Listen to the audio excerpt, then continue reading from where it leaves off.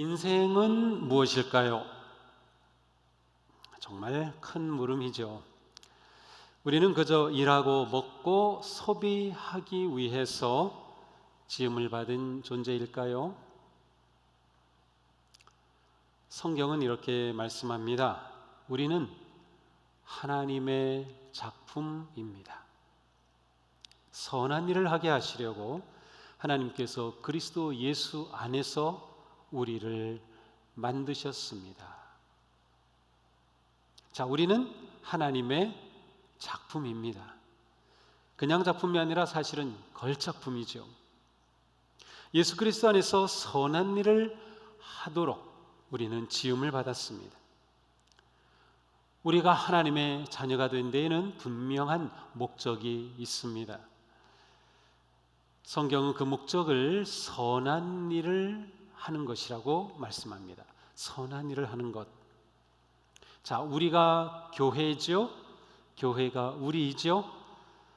우리가 선한 일을 하기 위해 그리스도 안에서 부름을 받았다는 것은 교회가 또 선한 일을 하기 위해 존재함을 알 수 있습니다. 선한 일이란 섬김을 의미합니다. 신종 코로나 팬데믹은 하나님께서 우리에게 주신 이 섬김의 사명회로 우리를 부르고 있습니다. 코로나가 가져오는 가장 큰 문제 가운데 하나가 취약계층의 증가입니다. 경제적으로 양극화가 심해지고 있습니다. 경제적인 타격의 1차적인 대상은 사실 그동안 경제적으로 소외되었던 사람들입니다. 일용직 근로자들, 아르바이트생들, 개인 기업자, 자영업자들, 그리고 또 많은 사람이 해고와 실직의 어려움 가운데 처해 있습니다. 코로나는 교육과 사회의 다양한 분야에도 취약계층을 만들어냅니다. 수업이 원격으로 진행되어서 가정에서 아이들이 공부를 하게 됩니다. 그런데 부모가 일하러 가야 하고 제대로 돌볼 수 없고 또 자녀의 학습을 확인하고 도와줄 수 없다면 그런 여건이 되어 있지 않은 가정의 아이들은 교육에서 소외되고 있습니다. 코로나 감염병에 가장 취약한 계층이 60대 이상의 고령층 또 기저질환이 있는 사람들이라고 합니다. 이미 약한 분들이 더 위험한 상황에 처하는 모습입니다. 더 나아가 코로나19로 인해서 코로나 블루를 앓거나 또 그 증상을 느끼는 사람들이 전 세대에 걸쳐 증가하고 있습니다. 코로나 블루는 코로나19 플러스 블루인데 이 블루는 우울증이라는 뜻입니다. 그러니까 코로나19로 우울증을 경험하고 또 느낀 사람들이 증가한다는 것이죠. 고려대학교 KU 마음연구소의 조사에 의하면 2020년도에 들어서면서 점차로 경도 이상의 우울증을 경험하는 사람들이 늘고 있는데 지난 9월 검사에서는 최고치에 이르렀습니다. 38.4%가 바로 우울증을 경험하고 있었습니다. 그러니까 인구 10명 중에 4명이 우울증을 경험하고 있는 것이죠. 그러니까 우울증이 있는 분은 이게 나만이 아니구나, 누구나 또 이렇게 경험하고 있구나라고 생각할 수 있습니다. 그뿐만 아니라 방역과 또 사회적 거리 두기가 계속되면서부터 우리는 이제 피로감을 느끼고 있습니다. 코로나라는 바이러스에 걸릴까 봐 하는 두려움, 그 위험, 불안 계속되고 있습니다. 이것이 점차 분노로 바뀌고 있습니다. 서울대학교 보건대학원 코로나19 연구팀에 의하면 8월 초와 8월 말에 2번에 걸쳐서 검사를 했는데 이렇게 나왔습니다. 코로나19 뉴스를 보면서 분노를 느낀다고 경험한 사람들이 8월 초에 11.5%에서 8월 말에는 25.3%로 증가했습니다. 공포심을 느끼는 사람들은 5.4%에서 15.2%로 증가했습니다. 자, 코로나로 인한 분노, 이것은 코로나 레드라고 합니다. 사람이 막 분노하면은 얼굴이 뻘개지죠. 코로나 레드는 붉다는 뜻이에요. 코로나 블루와 코로나 레드가 사회 전반에 점점 증가하고 있습니다. 우리는 이처럼 코로나로 인해 일어나는 이러한 모습들을 보면서 이러한 시대에 우리는 어떻게 신앙생활을 해야 하나를 다시금 생각하게 됩니다. 무엇보다 우리는 나는 누구인가를 다시 확인해 봐야 합니다. 나는 누구인가? 우리는 누구입니까? 우리는 예수 그리스도 안에서 하나님의 은혜와 구속의 사랑을 입은 하나님의 자녀입니다. 우리는 하나님의 자녀입니다. 에베소 2장에서 이렇게 말씀합니다. 여러분은 믿음을 통하여 은혜로 구원을 얻었습니다. 이것은 여러분에게서 난 것이 아니요 하나님의 선물입니다. 우리는 하나님의 놀라운 은혜를 통하여서 우리의 믿음 가운데 하나님의 사랑을 입은 자들이 되었습니다. 우리는 하나님의 선물을 받은 하나님의 자녀입니다. 위기와 고난의 시대의 역경과 두려움의 이 시대에, 그리고 우울증과 분노의 시대에 무엇보다 중요한 것은 우리가 우리 자신에 대한 분명한 영적인 정체성과 확신을 가지는 것입니다. 내가 누구인가를 분명히 알아야 하는 것이죠. 고난이 닥치면 우리도 모르게 하나님의 사랑에 대한 의심을 가지게 됩니다. 하나님이 나와 함께 하시는지, 정말로 하나님이 나를 인도하시는지 우리는 잊어버리기 쉽습니다. 우리가 그렇게 되면 우리도 이 세상과 똑같이 같이 분노하게 되고, 같이 두려움을 가지게 되고, 같이 그와 같은 상황에 빠지게 되면서 우리가 누구를 돕는다, 섬긴다는 것은 불가능해집니다. 이런 상황에서 우리는 우리의 내면의 견고함을 더욱 든든히 지켜가야 합니다. 그렇게 하지 못하면 우리도 같이 무너지고 말기 때문이죠. 물론 우리가 믿음 생활을 잘해도 우울감을 느낄 수도 있고 두려움을 느낄 수도 있습니다. 하지만 고난과 역경 속에서 우리 자신을 돌아보는 것은 매우 유익합니다. 우리는 하나님의 자녀입니다. 한번 따라해 보실까요? 나는 하나님의 자녀다. 나는 하나님의 자녀다. 그렇습니다. 나는 하나님의 자녀다. 우리는 하나님의 돌보심과 인도하심 안에 있습니다. 우리 인생은 하나님의 크신 사랑과 섭리 안에 있습니다. 눈에 보이지 않는 코로나의 공격을 받으면서 우리가 이것을 이기기 위해서는 역시 눈에 보이지 않지만 우리의 마음과 믿음이 아주 든든하게 세워져야 합니다. 눈에 보이는 대로 산다면 우리는 쉽게 무너지고 두려움에 짓눌립니다.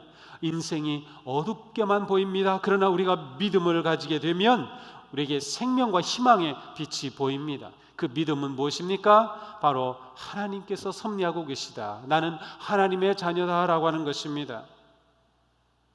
우리가 지난 한 달 동안 넘게 보았듯이 요셉의 이야기가 그것을 잘 보여줍니다. 요셉은 그 많은 역경과 시련의 반복 속에서도 하나님이 자신과 함께 하신다고 하는 큰 그림, 하나님의 섭리하심을 보았기 때문에 그는 어떤 순간에도 하나님이 함께 하심을 신뢰했어요. 바로 우리가 이 믿음을 가져야 하는 것이죠. 그러므로 바울은 말씀합니다. 우리는 믿음으로 살아가지 보는 것으로 살아가지 않습니다. 우리가 보는 것만 그대로, 이 세상의 모습 그대로 그것에 반응하며 살다가는 믿음으로 이길 수 있는 그 기회를 놓치게 되는 것이죠. 코로나 시대에 우리는 믿음으로 자신을 보고 믿음으로 세상을 보아야 하죠. 그러면 우리는 하나님의 섭리 가운데 나를 보고 내가 누구인지, 그리고 우리는 이 상황 가운데서도 하나님이 나를 부르신 그 삶을 향해 나아갈 수 있습니다. 위기와 고난의 때일수록 우리는 섬기기 위해 부름받았다고 하는 사실을 잘 알아야 합니다. 우리는 구원받기 위해 섬기는 것이 아니라 섬기기 위해 구원받았습니다. 한번 따라해 보겠습니다. 우리는 구원받기 위해 섬기는 것이 아니라 우리는 구원받기 위해 섬기는 것이 아니라 섬기기 위해 구원을 받았다.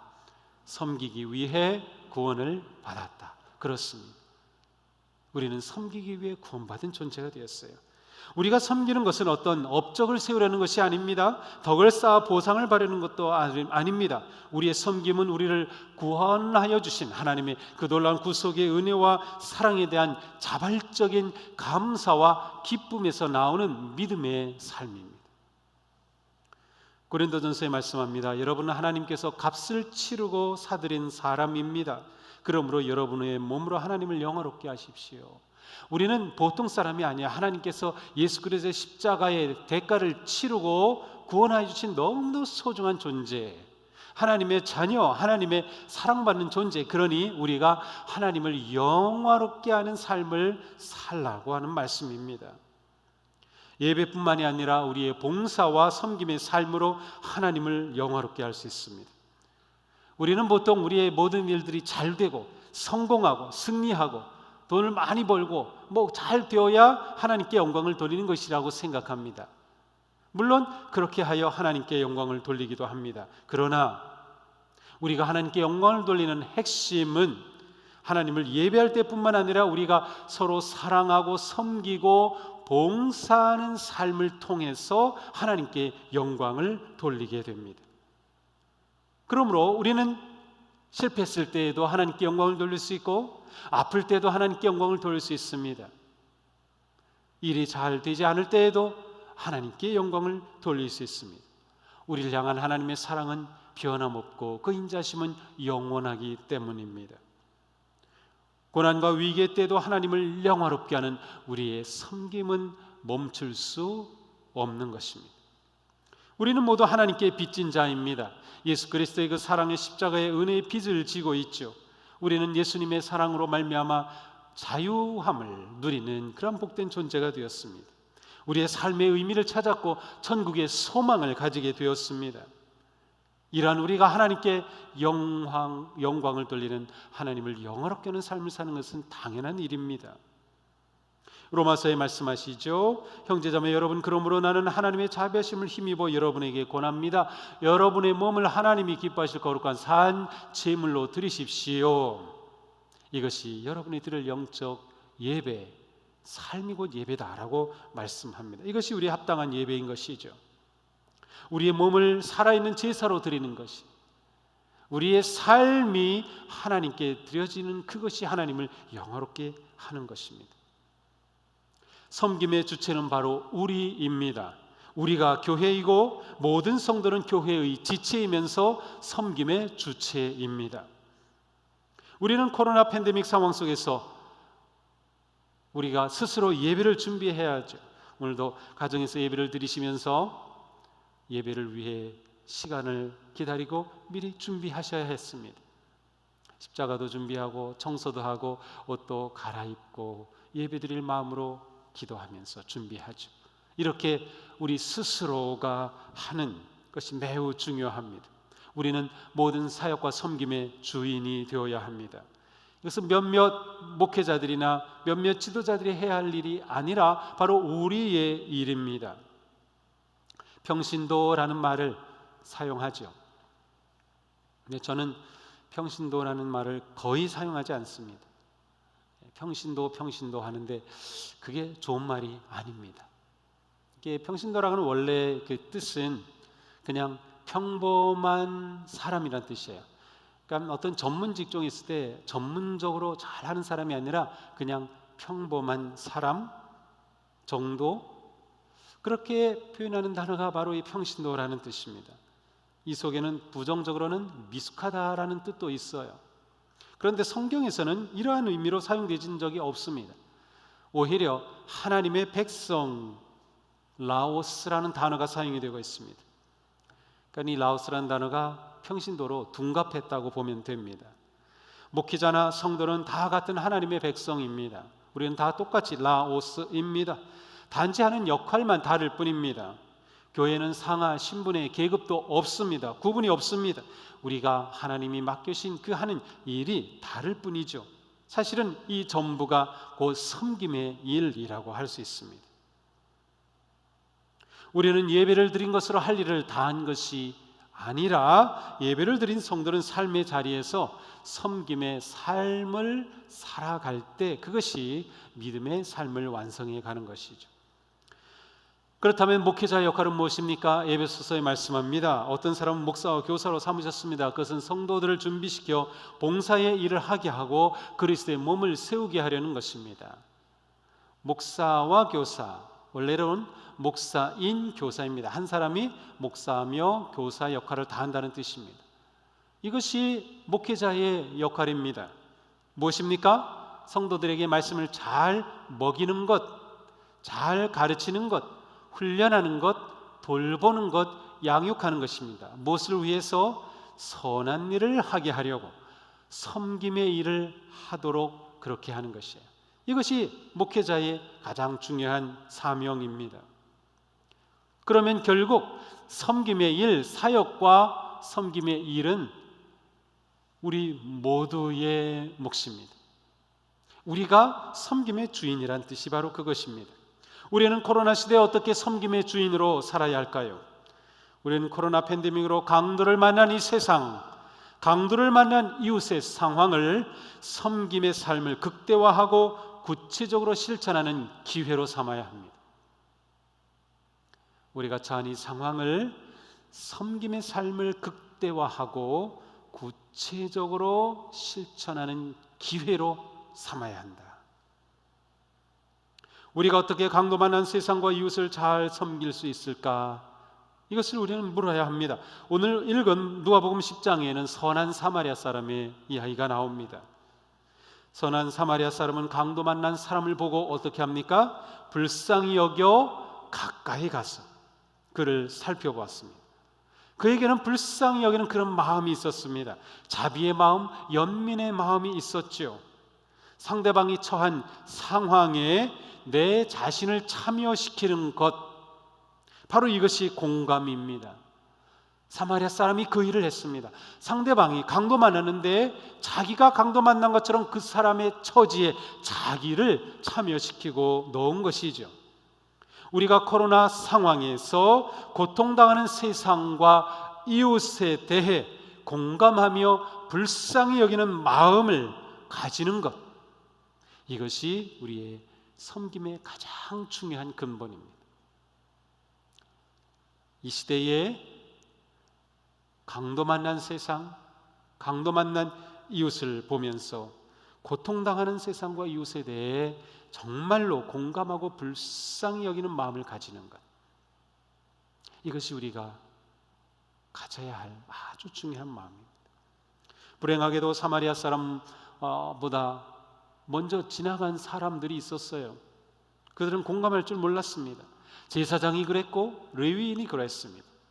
이들은 유대인의 종교 지도자들이었습니다. 이들은 예배를 드리며 하나님을 제사하는 일을 정말 소중하게 여겼고 그것을 위해 헌신된 사람이었어요. 이들은 율법을 지키기 위해 자신의 삶을 드리는 사람들이었어요. 얼마나 훌륭한 사람들입니까? 그런데 불행하게도 이들은 강도 만난 사람과 공감할 줄 몰랐습니다. 율법의 실천인 사랑을 잃어버렸습니다. 진정한 예배인 섬김을 잃어버렸습니다. 형식과 껍데기뿐인 의식에 만족하고 율법과 자기 만족에 사로잡힌 이들에게는 공감할 마음의 여지가 없었습니다. 이들은 하나님의 사람이 아니라 그저 종교인이었을 뿐입니다. 우리가 종교인으로 전락하지 않고 진정한 신앙인 하나님의 사람이 되는 것은 섬김의 삶을 떠나서는 불가능합니다. 물론 우리도 같이 어려움을 겪고 있습니다. 하지만 우리는 하나님의 사랑이 우리에게 있고 예수 그리스도의 은혜가 우리에게 있고 성령님의 능력이 우리에게 있어요. 똑같이 고난을 당하는 이 세상이지만, 똑같이 코로나로 어려움을 당하지만 우리는 하나님의 자녀입니다. 우리가 이것을 분명히 해야 돼요. 그러므로 우리는 섬길 수 있어요. 도울 수 있어요. 하나님은 이웃과 세상을 불쌍히 여기는 마음으로 살아가도록 우리를 구원하여 교회로 세우셨습니다. 그러므로 우리에게는 이웃의 아픔과 고통과 슬픔과 절망과 필요에 공감하는 마음이 필요합니다. 우리에게는 공감하는 마음이 필요합니다. 그리고 지금은 그 공감을 극대화할 때입니다. 코로나 상황에서 우리가 지금 대면 예배를 드리지 못하죠. 중지했습니다. 왜 중지했습니까? 제가 모이자고 하면 다 모이실 거 아닌가요? 좋아, 우리는 300만 원 벌금 내고 우리 모이자. 예배를 우리가 포기할 수 없다. 그것도 옳은 이유가 될 수 있어요. 우리도 얼마든지 모이자면 모일 수 있습니다. 그러나 왜 모이지 않습니까? 정부에서 모이지 말라고 했으니까 저는 그것 때문에 안 모이는 게 아닙니다. 정부하고는 저는 상관없습니다.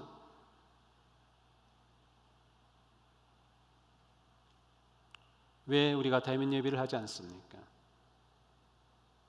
그것은 바로 우리 사회가, 이 나라가, 우리 이웃이 코로나19로 고통당하고 두려워하고 아픈 가운데 있기 때문에 그들과 공감하고 그 아픔에 참여하기 위해서입니다. 단지 감염시키지 않으려고 안 모이는 거 아닙니다. 저는 초기에 말씀드렸어요. 3월에 마스크 쓰고 거리 뛰면 걸릴 확률은 0.0001%도 안 된다고 했어요. 실제로 그래요.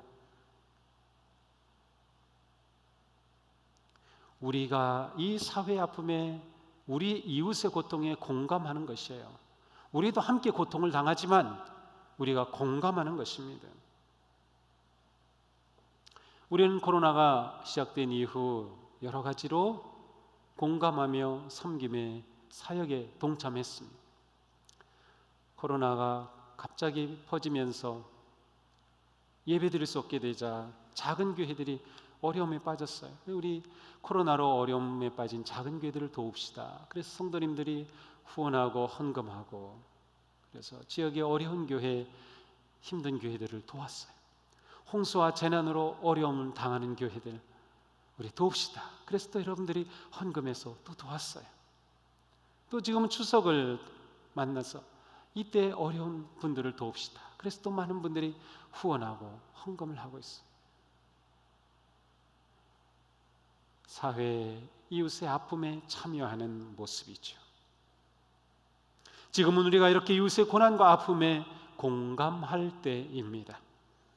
우리는 우리의 일상에서도 섬김의 삶을 계속해야 합니다. 선한 사마리아 사람은 이어서 기름과 포도주를 그 상처에 붓고 싸매고 자기 짐승에 태워 주막으로 데리고 가서 돌보아 주었습니다. 자, 이 사람은 단지 불쌍히 여기는 마음에 머물지 않았고 구체적으로 행동했습니다. 이때 행동의 초점은 필요를 채워주는 것이었습니다. 이것이 매우 중요합니다. 강도를 만나 해를 입고 피를 흘리는 상처에 포도주와 기름을 부어 감염을 막고 응급처치를 해준 것이죠. 싸매여서 지혈하고 짐승에 태워 주막으로 데려가 치료받게 했습니다. 진정한 섬김은 나 중심이 아니라 상대방 중심으로 생각하고 행동하는 것입니다. 나의 편리가 아니라 상대방의 필요에 따라서 행동하는 것이 진정한 섬김입니다. 우리가 섬길 때 이 점을 잘 명심해야 합니다. 자기중심적이고 자기 편의를 따라 섬기면 섬김의 진실함이 사라집니다. 섬김의 감동과 힘이 사라집니다. 섬김은 내 필요가 아니라 상대방의 필요를 채워주는 것입니다. 이 원리를 우리가 딱 잡아야 돼요. 그리고 이 원리에 따라서 섬겨야 돼요. 한번 따라해 보겠습니다. 섬김은 상대방의 필요를 채워주는 것이다. 그렇습니다. 섬김은 상대방의 필요를 채워주는 것입니다. 이것이 진정한 공감입니다. 진정한 공감은 상대의 필요를 채워주며 진정한 섬김은 그 공감으로 할 때 가능한 것이죠. 그러니 우리는 이 코로나로 힘든 상황 속에서 어떠한 필요가 있는지 살펴보는 눈을 가지고 마음을 가지고 어려운 분들을 찾아보는 것이 중요합니다. 우리 성도님들 사이에도 어려운 분들이 계셔요. 그분들을 찾아서 필요를 따라서 섬기는 것, 그것이 바로 지금 우리가 해야 할 일입니다. 사마리아 사람은 이튿날 주막을 떠나면서 주인에게 데나리온 2를 주며 이렇게 말하지요. 이 사람을 돌봐주라. 비용이 더 들면 내가 돌아올 때 갚으리라. 사마리아 사람은 강도 만난 사람의 모든 비용까지도 도와주고 있습니다. 아마도 이 사람은 이 주인과 잘 아는 사이였던 것 같아요. 내가 다시 돌아올 때 갚아주겠어. 외상을 줄 정도니까 말이죠. 그러니까 이 사람은 제가 생각할 때 이 길을 왔다 갔다 하면서 개인 사업을 하던, 개인 무역업을 하던 그런 사람이 아니었는가 짐작이 됩니다. 사마리아 사람은 어떻게 보면 그가 일하는 일상의 삶 속에서 섬김의 삶을 살았던 셈이죠. 그리고 그는 자신에게 있는 것으로 섬겼습니다. 그에게는 마침 재물이 있었습니다. 2데나리온을 주면서 끝까지 치료하도록 돌봐줍니다. 우리도 우리에게 있는 것으로 섬길 수 있습니다. 나에게 있는 것으로 섬길 수 있다는 것이에요. 이곳에는 우리는 누구나 다 섬길 수 있습니다. 우리에게는 생명이 있습니다. 하나님께서 우리에게 또한 예수 그리스도를 통하여 영원한 생명도 주셨습니다. 하나님께서 우리에게 은혜로 주신 것이죠. 비록 경제적으로 쪼들리고 정서적으로 예민해지고 관계적으로 힘들어진다 하더라도 우리는 여전히 섬길 수 있는 힘이 있고 우리에게 주신 것들이 있습니다. 우리는 우리에게는 그것으로 얼마든지 섬길 수 있습니다. 중요한 것은 우리가 섬기려는 마음입니다. 하나님께서 나를 섬기라고 부르셨다고 하는 그 부르심에 확신이 있다면 우리는 섬기고자 하는 마음을 가져야 합니다. 우리는 따뜻한 사랑과 격려의 말로도 섬길 수 있습니다. 꼭 무엇이 소비되거나 재물을 드려야만 한 것은 아니죠. 한마디의 말이 주는 힘은 놀랍습니다. 격려의 말을 아끼지 아니하고 축복의 말을 아끼지 아니하며 사랑의 말을 아끼지 아니하고 표현한다면 그것이 큰 섬김이 될 수 있습니다. 때로는 잘 들어주는 것도 아름다운 섬김입니다. 비대면 사회에서 많은 사람들이 이야기할 상대가 없어서 더 외롭고 힘들어하고 우울해져 가고 있습니다. 이때 우리가 전화를 하고 문자를 보내고 카톡을 한다는 것은 섬기는 또 하나의 방법이 될 수 있습니다. 축복의 전화와 행복의 문자를 보내는 운동 결코 작은 일이 아닙니다. 섬기고자 하는 마음만 우리에게 있다면 우리는 얼마든지 섬길 수 있습니다. 나의 작은 관심이 누군가를 세워줄 수 있음을 기억하시기 바랍니다. 이제 추석이 다가오고 있죠. 올해는 코로나로 고향을 찾지 못하는 분들이 많이 계십니다. 어쨌든 우리는 가족과 함께 보내고 이웃과 함께 보낼 것입니다. 우리는 이 추석을 사랑과 격려와 섬김의 기회로 만들어야 할 것입니다. 어떤 필요를 채워줄 수 있을까요? 우리의 마음이 열려진다면 우리는 넉넉히 섬길 수 있습니다. 이 강도 만난 세상에서 우리는 누구의 이웃이 되어 줄 수 있을까요? 기도하겠습니다.